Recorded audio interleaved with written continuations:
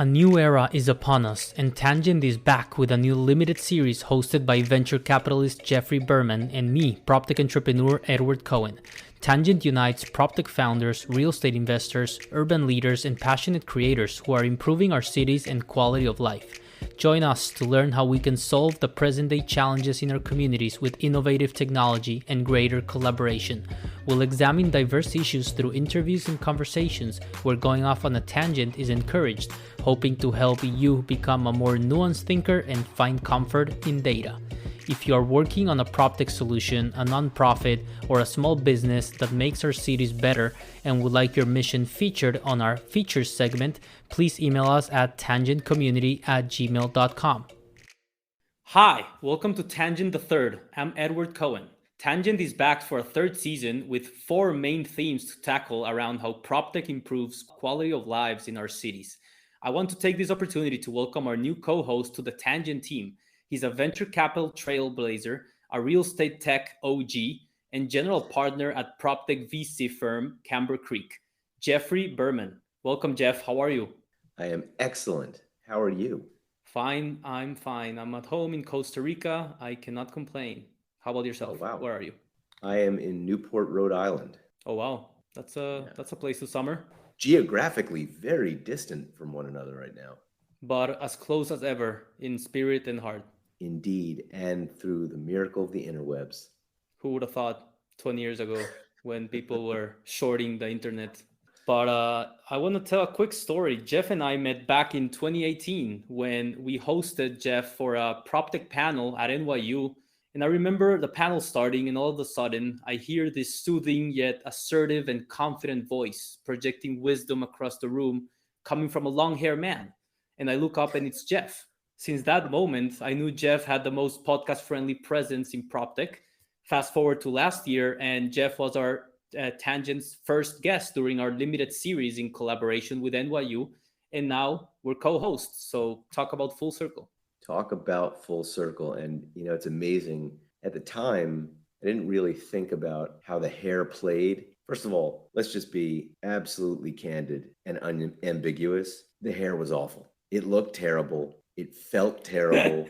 and Jess, and I know Edward's going to introduce you in a moment, but you didn't know me with the hair. It was an unholy mess, but unfortunately, part of what makes me a fairly good venture capitalist is some OCD. And once I started growing the hair, I just thought, I'm not going to cut it. And then, of course, I had my wife's buy-in. And with her buy-in, my partners really didn't like it. Our investors really didn't like it. I can't say that. Maybe some of them did, but it's just a lot better and easier to manage. And look how much time we're already spending on my hair. I mean, we can continue to talk about this. Definitely stood out in a room full of suits and ties and short hairs or no hairs. So definitely stood out for me. Yeah, so let's jump into it. What are we going to talk about on Tangent the Third? As I said, we're going to tackle 4 main themes from different frames and learn from the different stakeholders' perspectives. The first theme being Proptech, how Proptech improves cities and quality of lives. Then we're going to tackle also how will the remote work revolution and how it's reshaping the different real estate asset classes and their prices. We're also going to cover the great tech correction. Don't call it a Dotcom 2.0 because last time I checked, Proptech VC funding reached 12 billion so far this year, already surpassing last year's 11-ish billion dollars. So is Proptech VC lagging or there's just more room for growth than other sectors in terms of the great correction? Last but not least, we're going to tackle as well the housing crisis that is taking over the US and the world. Jeff, what are your thoughts on that? Well, I think we can just say they're all problems. All right, podcast over. Thank you for participating. I'd love to start, and I think people would be interested in hearing and debating is a cross-section of the tech correction and investment into Proptech. And the reason why I think that is especially interesting right now is we're at a time where we had a number of externalities, massive liquidity injections, pandemic-induced acceleration of technology, increased use of technology within the real estate industry, and a general euphoria around the startup culture, venture capital, and founder culture. And all of that is coming to a head as, I really don't envy President Biden at all, having to deal with so many different issues and difficult issues at the same time. But when you see the wobbling of the markets, certainly a correction in valuations across the public and private spectrum, and then you notice that Proptech funding remains robust, you have to ask yourself, what's really happening? And I think I would humbly submit, and I'm really excited to have some of our venture peers on the podcast, but I would humbly submit that there's a tremendous amount of dry powder that's been raised. And so raised capital typically has to be deployed, and especially given the incentives for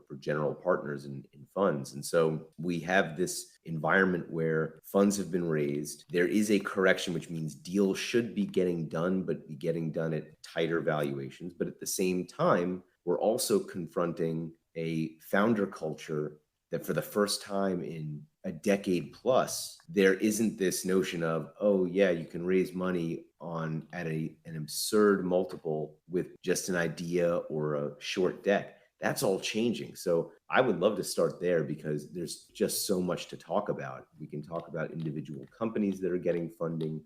We can talk about the various venture capitalists in the space, as well as the generalists who are participating.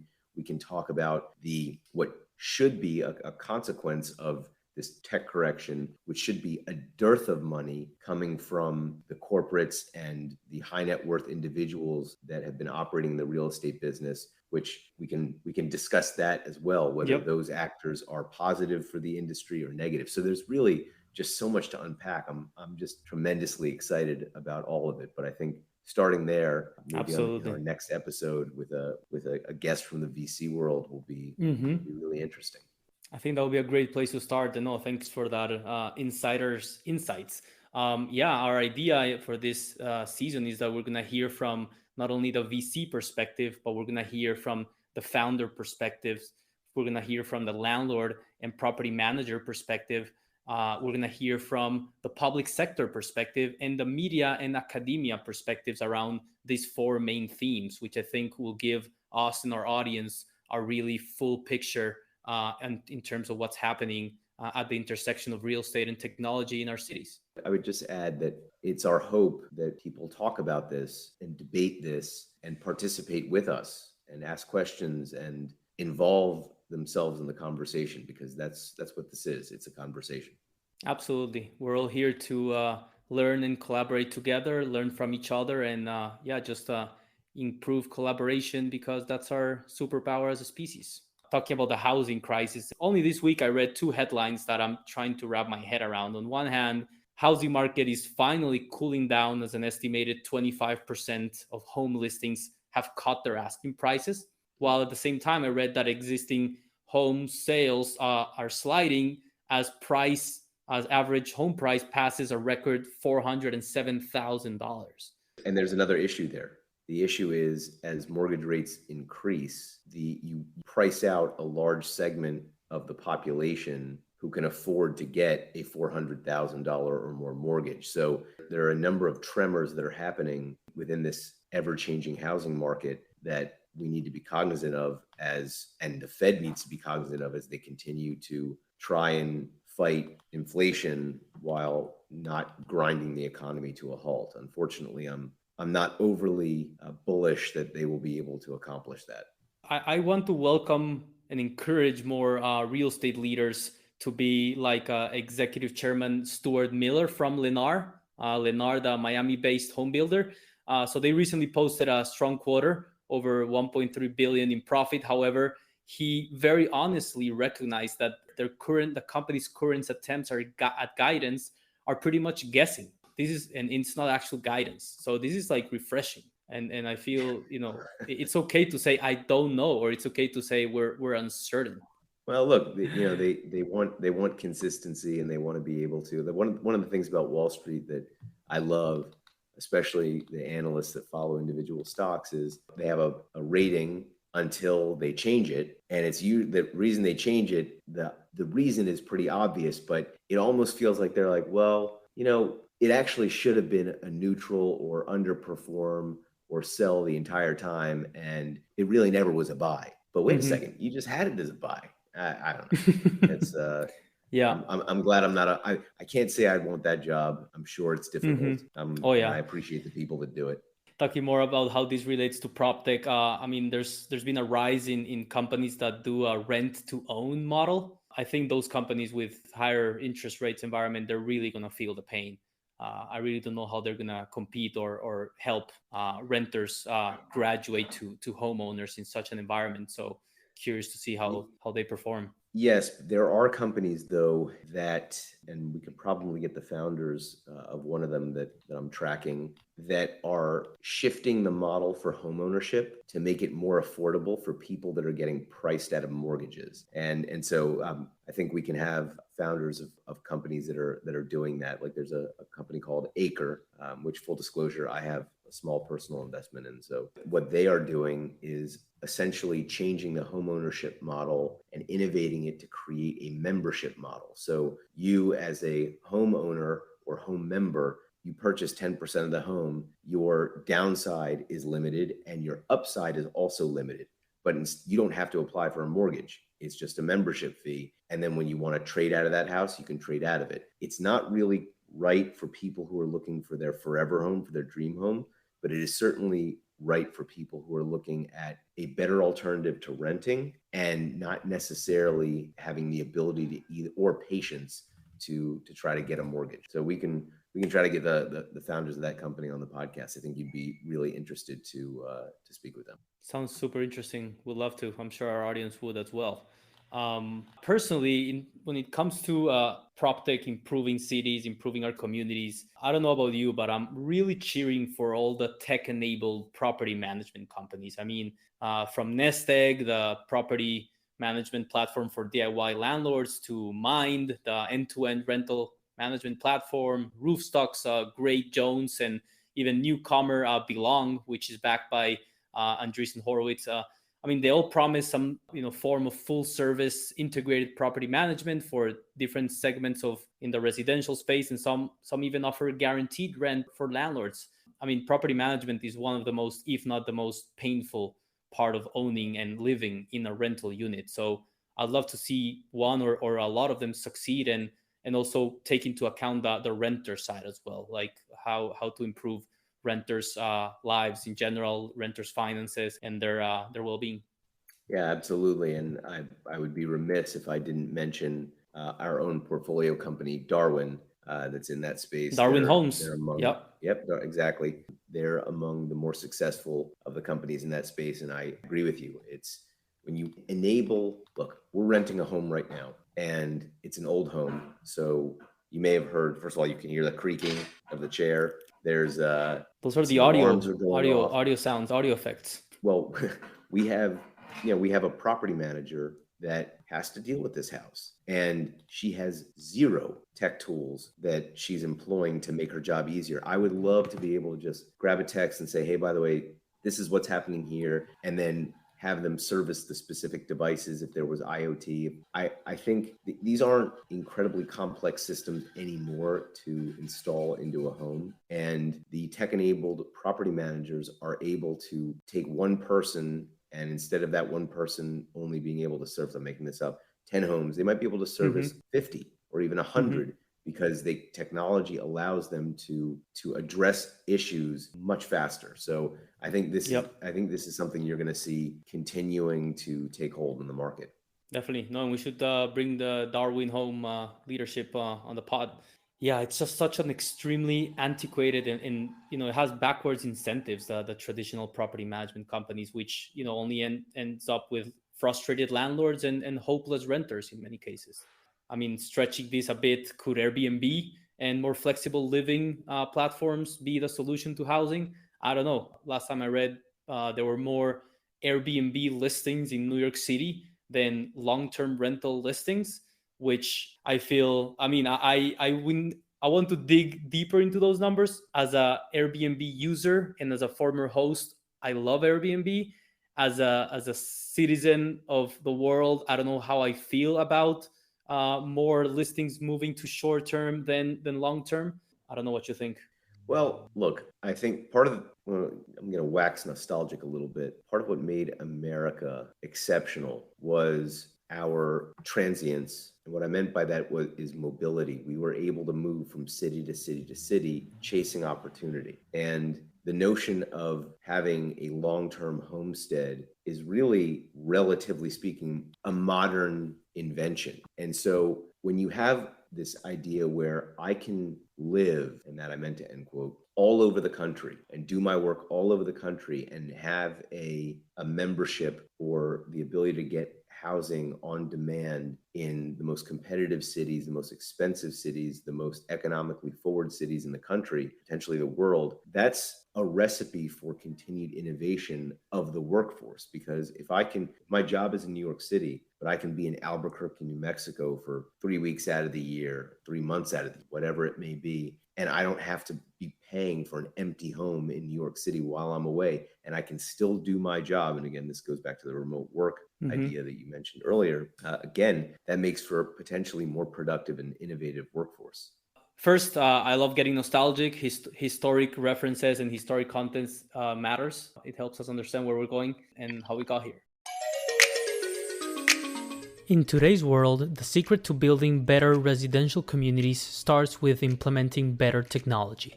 Things like home automation, super fast property-wide Wi-Fi, streamlined marketing and tenant onboarding, and making property managers more efficient through AI. That is what the team at Quext has built. Brilliantly simple, smart apartment technology designed for owners, operators, and residents alike. Quext recently raised $63 million to scale their all-in-one multi-family Proptech platform that enables apartment owners and managers like you simplify your day-to-day, keep your residents happy and connected, and boost property ROI.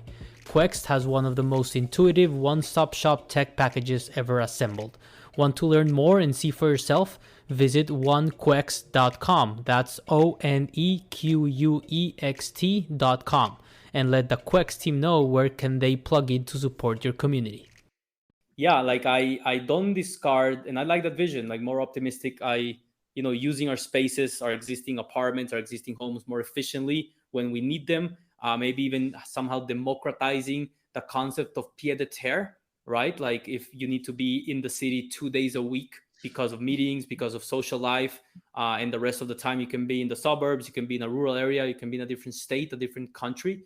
I think that's fair game. That's great. Well, there's also right now you're talking about flexibility with people, but we can also talk about flexibility of the assets. And again, not to plug another Camber Creek portfolio company, but Placemaker, which used to be known as Y Hotel, effectively invented a category: flexible assets.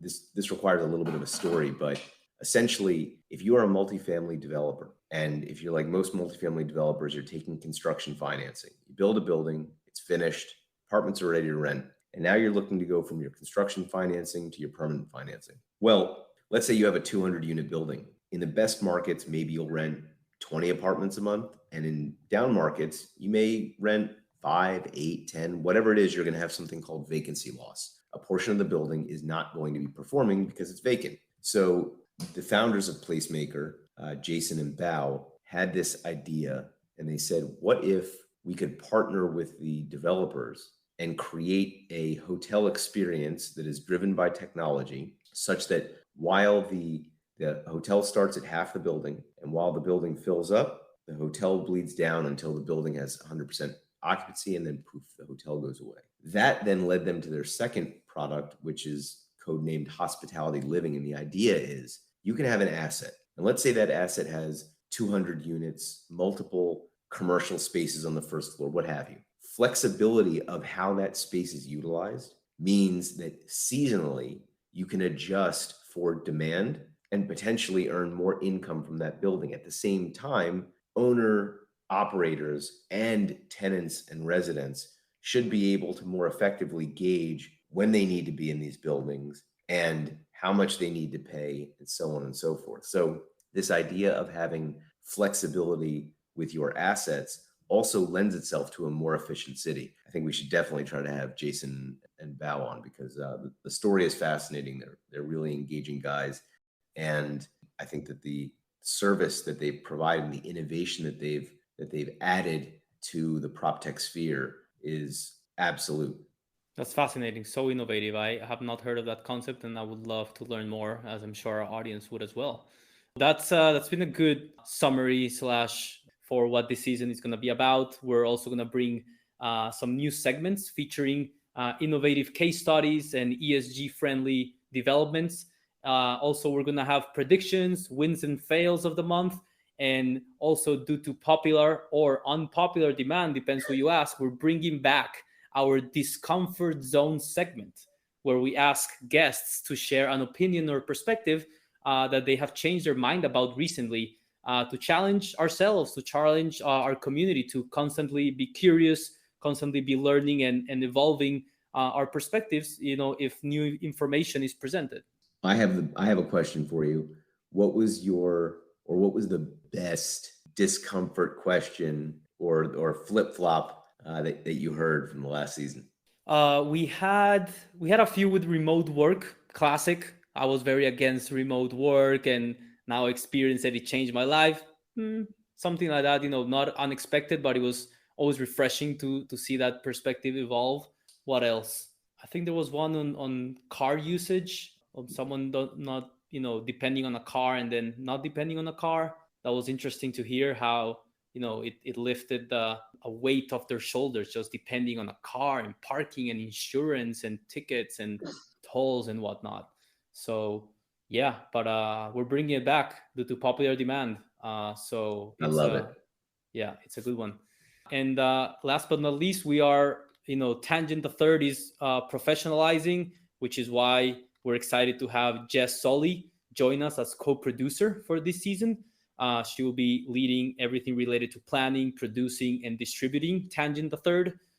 Jess is an experienced real estate professional as well as a media connoisseur, and she's going to bring all her passion into this season. We'll see you all on the official first episode. This has been episode 0. Welcome, Jeff. Welcome, Jess.